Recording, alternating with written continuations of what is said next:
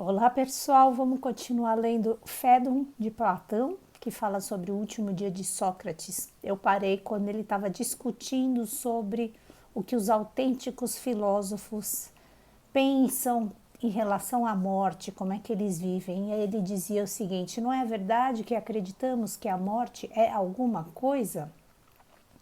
Com certeza, disse Símias, retomando a palavra. Será coisa diferente da separação entre a alma e o corpo? Fica-se morto quando o corpo, separado da alma, fica sozinho, à parte, consigo mesmo, e quando a alma, separada do corpo, fica sozinha, à parte, consigo mesma. A morte não é senão isto, pois não será verdade?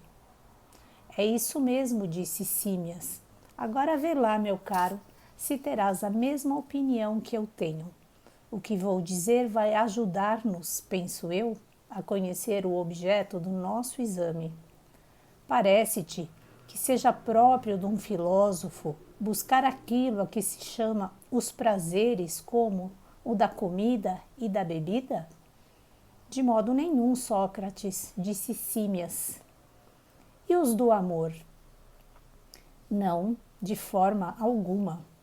E cuidas tu que o filósofo fará grande caso dos cuidados do corpo?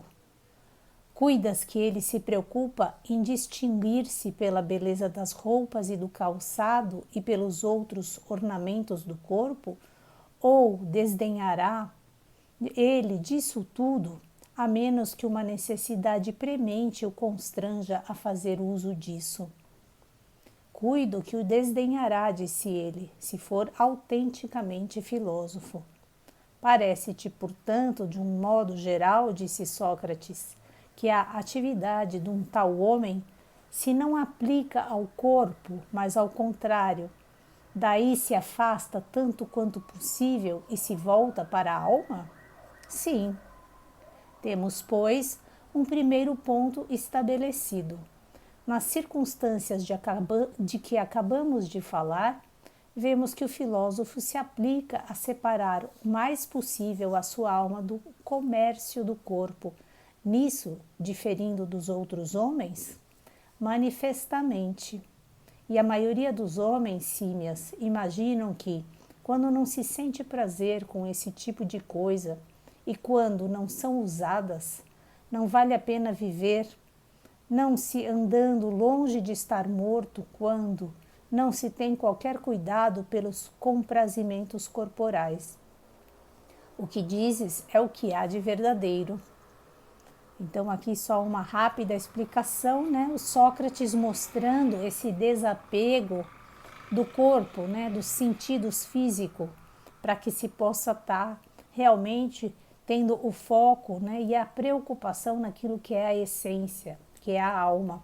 E, portanto, né, ele vai depois concluir, claro, que toda aqui é uma defesa pela morte dele, ele vai concluir, ao longo de todo esse processo, que se o corpo não é o que interessa, se o filósofo não passa a vida pensando nisso, se o filósofo passa a vida, né, contemplando verdades maiores para as quais vale a pena viver, porque teria problema em perder um corpo e fazer essa separação definitiva.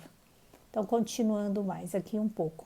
E quando se trata da aquisição da ciência, é ou não é o corpo um obstáculo se o associarmos a essa investigação?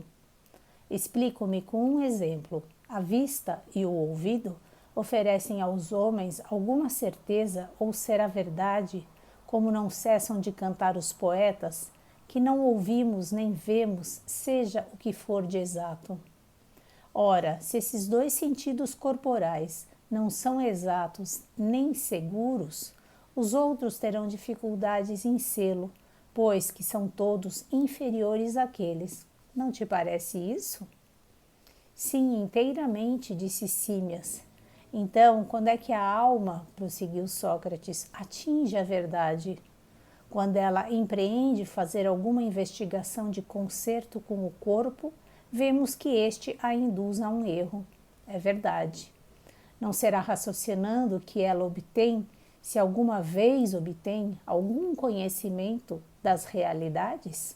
Sim, mas a alma nunca raciocina melhor do que quando nada a perturba, nem o ouvido, nem a vista, nem a dor, nem qualquer prazer, mas pelo contrário, quando se isola mais completamente em si mesma, mandando passear o corpo e rompendo, tanto quanto consegue, todo o comércio e todo o contato com ele para tentar captar o real. Justamente. Olha a importância dessa fala, gente.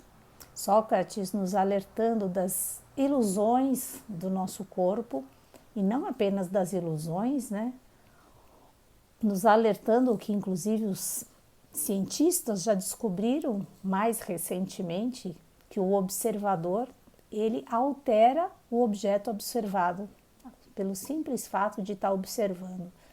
Então, aqui eles nos mostrando que as nossas faculdades físicas, inclusive aquelas que a gente acha mais importantes, que é a visão e o ouvido, muitas vezes elas não, pelo contrário, né? Não só elas não nos permitem captar com segurança aquilo que a gente está vendo ou ouvindo, como por serem esse suporte externo, vamos dizer assim, muitas vezes elas criam mais esse distanciamento em relação à realidade, né? Então, ele aqui defendendo que quando não se tem um corpo, a alma ela está mais liberta, portanto, conseguindo enxergar, né, a realidade maior do que a realidade aparente.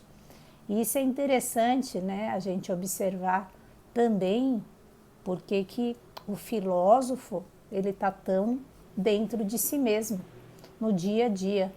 Porque quanto mais estamos voltados para fora, né, utilizando esses sentidos, mais a chance de nos perturbarmos com essas aparências. Por isso essa importância, né, do silêncio, né, e desse entrar para dentro. Vou mais um pouquinho aqui.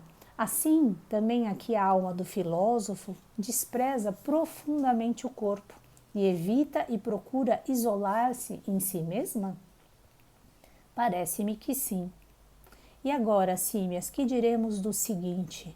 Admitimos que existe alguma coisa que é justo em si ou não existe nada? Sim, por Zeus, admitimos. E também alguma coisa que é belo? E o bom? Sem dúvida. Ora, tu já viste alguma coisa desse gênero com os teus olhos? De modo nenhum, disse ele. Apanhaste-as então por meio de qualquer outro sentido do teu corpo? E falo aqui de todas as coisas desse gênero, como a grandeza, a saúde, a força, numa palavra, a essência de todas as coisas, aquilo que elas são em si mesmas. Será por intermédio do corpo que se observa o que há de mais verdadeiro nelas? Ou não será antes verdade que aquele que entre nós, que melhor e mais minuciosamente se houver preparado para pensar a coisa que estuda em si mesma, é quem mais se aproximará do conhecimento dos seres? Certamente. Aqui tem algo bem importante. Por quê, né?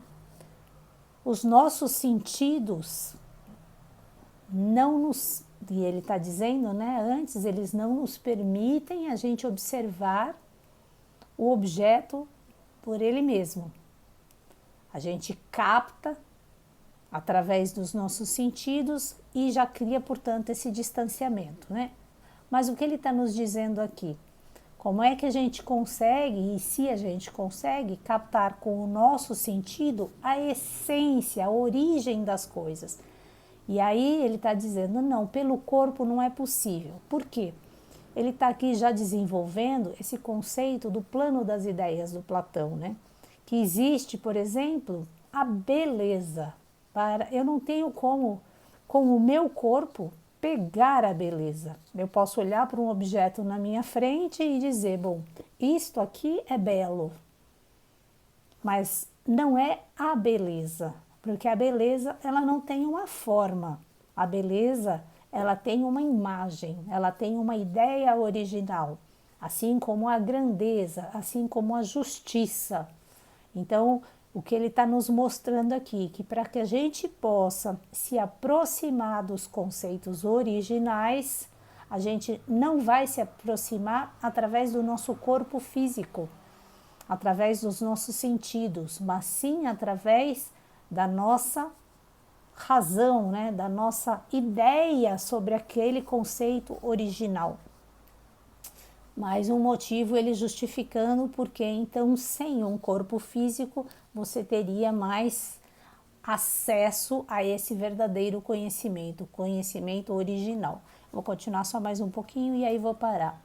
Certamente, e o mais puro de o fazer não será de se acercar de cada coisa tanto quanto possível só com o pensamento, sem admitir na sua reflexão nem a vista, nem qualquer outro sentido, sem arrastar nenhum deles atrás do raciocínio, usando, pelo contrário, o pensamento inteiramente sozinho e puro para se pôr em demanda de cada coisa em si mesma e na sua pureza, após ter libertado, na medida do possível, dos seus olhos e dos seus ouvidos, e se assim posso dizer, de todo o seu corpo, porque este perturba a alma e não lhe permite chegar à verdade e à inteligência quando o associa às suas operações?